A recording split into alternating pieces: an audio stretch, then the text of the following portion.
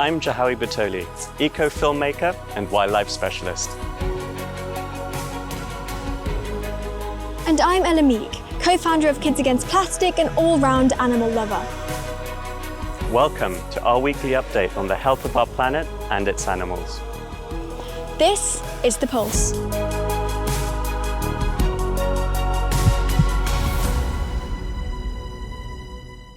Coming up in today's programme, A cub from the world's rarest species of tiger is born at London Zoo. some EU supermarkets commit to stop selling Brazilian beef. France bans plastic wrapping on fruit and veg in supermarkets.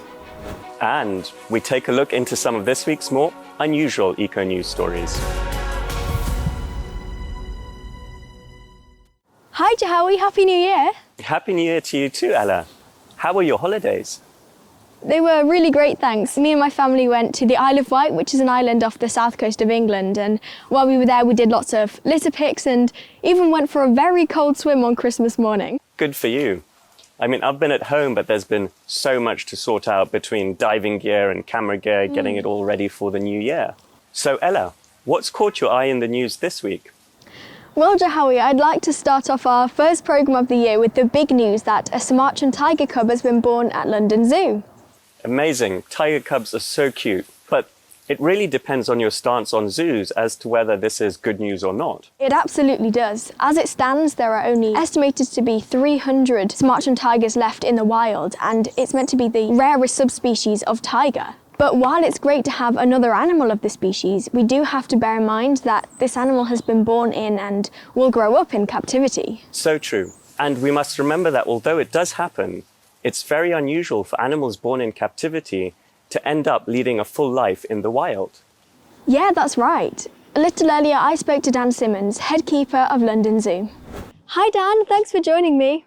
Thanks very much for having me. So before we get on to the birth of the Sumatran cub, can you just tell me a bit about how endangered they are in the wild? Oh, so you know what? Sumatran tiger is one of the most endangered animals on the planet. So they're listed as critically endangered.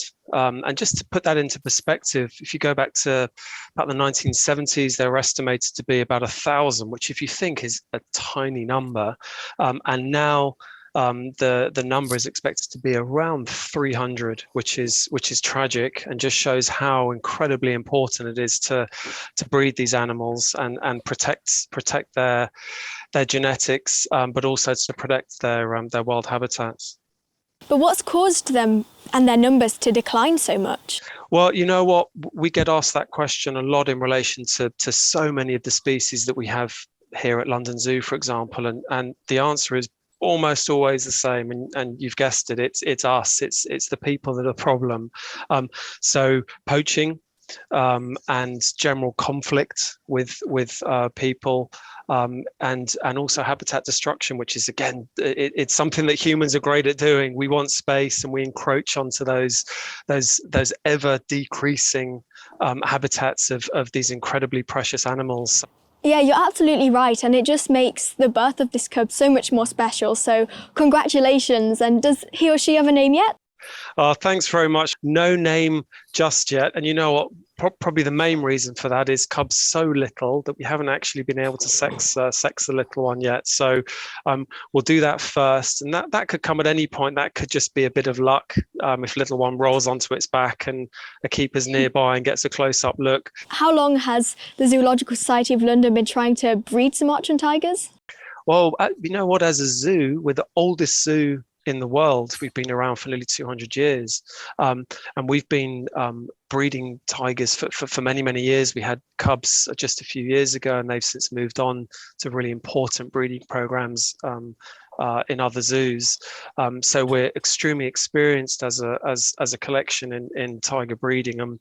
We've always taken it particularly seriously when it comes to, for example, something like a Sumatran tiger, because we know that every one that's born in a zoo environment is particularly valuable when you consider just how few of them there are in the wild.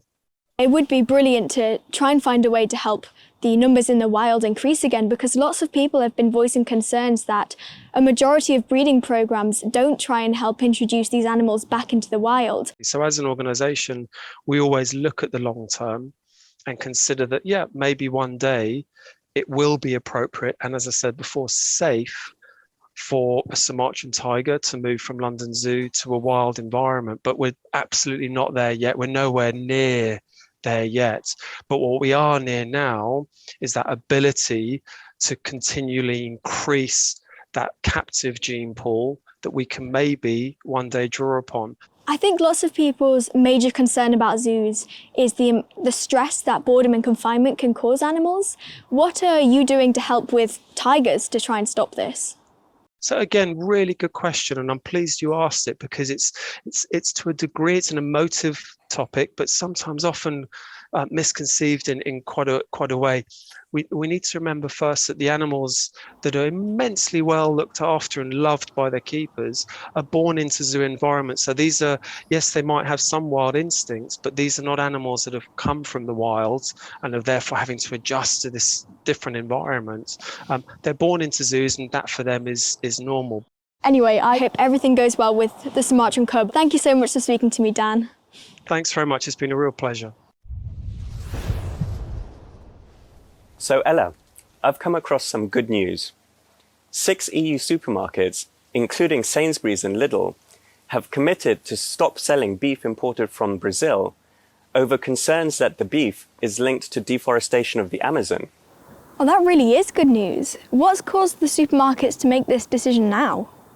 Well, an undercover investigation by Reporter Brazil has found that large quantities of cattle are being raised on illegally deforested land. These cattle are then taken and mixed in with legally raised cattle before being slaughtered, meaning that at the end it's virtually impossible to know whether that meat was raised legally or illegally. Well, it's brilliant to see the supermarket's new stance on this. I think steps that we can be taking next to make even more progress on the sustainability of meat is making sure that it's all organic and produced in the country that it's going to be consumed in, to save on the massive carbon footprint that transporting meat across oceans can have. Yeah, I completely agree with you there. Well, Jahawi, some other good food-related news is that France has banned single-use plastic wrapping of fruits and vegetables. Great news indeed. Yeah, it sure is. The law came into force on New Year's Day, and France's President Macron has also said that he wants to ban all single-use plastic by 2040. Well, let's hope they achieve that and other countries do the same. Fingers crossed on that one.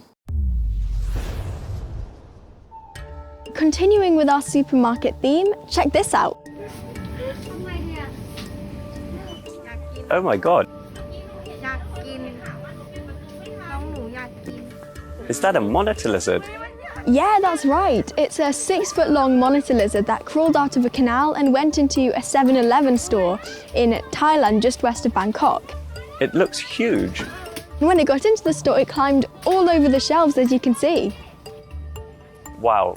Now, having lived in Thailand, I've seen my fair share of strange things in a 7-Eleven, but nothing like this. It's quite hard to figure out what it's doing, because would it be looking for food? I mean, monitor lizards generally try and climb when they're getting away from predators, so it's very interesting behavior. But anyway, I definitely wouldn't want one in my local shop. So Ella, another story that might intrigue you is that a group of international scientists working under the collective name of Whale X have created a substance that simulates whale poo, which can be released into the oceans. Hang on, why on earth would anyone want to try and simulate whale poo? So the substance they have created stimulates growth in phytoplankton, much like whale poo does. Then the phytoplankton absorbs carbon dioxide from the atmosphere, and through the process of photosynthesis, it creates oxygen, which it releases back into the atmosphere, acting as natural carbon capture. That's a great idea, because as well as reducing the amount of carbon that we add to the atmosphere, we need to really start looking at ways that we can take it back out from the atmosphere again. To find out more, I spoke to Edwina Tanner, a climate scientist and the leader of Whale X. Hi Edwina, thank you for joining me today. Where did the idea of making simulated whale poo come from? the idea came one day just looking at how we might add nutrients to the ocean. And we looked at how whales poo. And looking at how they do it, we thought, well, they've been doing it for 50 million years in the ocean. And being such large animals, they really make a difference to this nutrient cycle, as well as the carbon cycle of the oceans. And we're really just learning how valuable these creatures are to our climate. What is your substance made from? So this simulated whale poo contains a lot of nitrogen, small amounts of phosphorus, silicate, and some other elements. Well, the nutrients we were using were denser than water. So we had to add a substance into this, a gel or jelly-like substance to create a bit of air and buoyancy in this material, making sure it stays in the surface ocean, much like the whale poo does. What are the next steps? Our modelling tells us that by putting out 300 litres of this simulated whale poo, we have sequestered around 2 tonnes of carbon dioxide from the atmosphere. So this is what our modelling tells us. And what we need to do now is our next steps in our scale-up experiments will be used to prove this. So we're going to look at the carbon flux from the atmosphere. We're going to look at the satellite images and the chlorophyll or the phytoplankton growth, so how big the patch is and what the colour of that is. And we can tell from that how much carbon is being absorbed. Thanks for your time today. So Ella, check this out.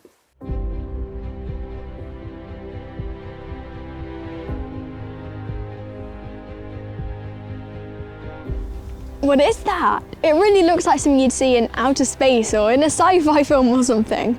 Yeah, this is actually called a barrel-eye fish, and you find them deep below the surface of the ocean, between 600 and 800 meters deep. This particular one was caught on camera off the coast of California the other day. Well, I don't think I've ever seen an animal with a translucent head before. Me neither.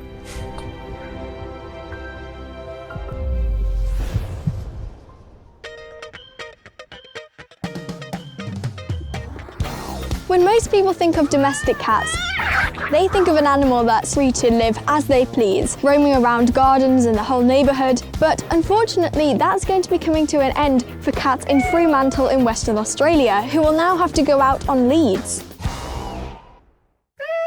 That sounds ridiculous. I mean, here in Kenya, it's strange enough to see a dog on a lead, but a cat? Yeah, it will be really weird to see a cat on a lead in your local park, but it is happening for a good reason, and that's to protect the indigenous wildlife in Australia from cats which aren't native to the country.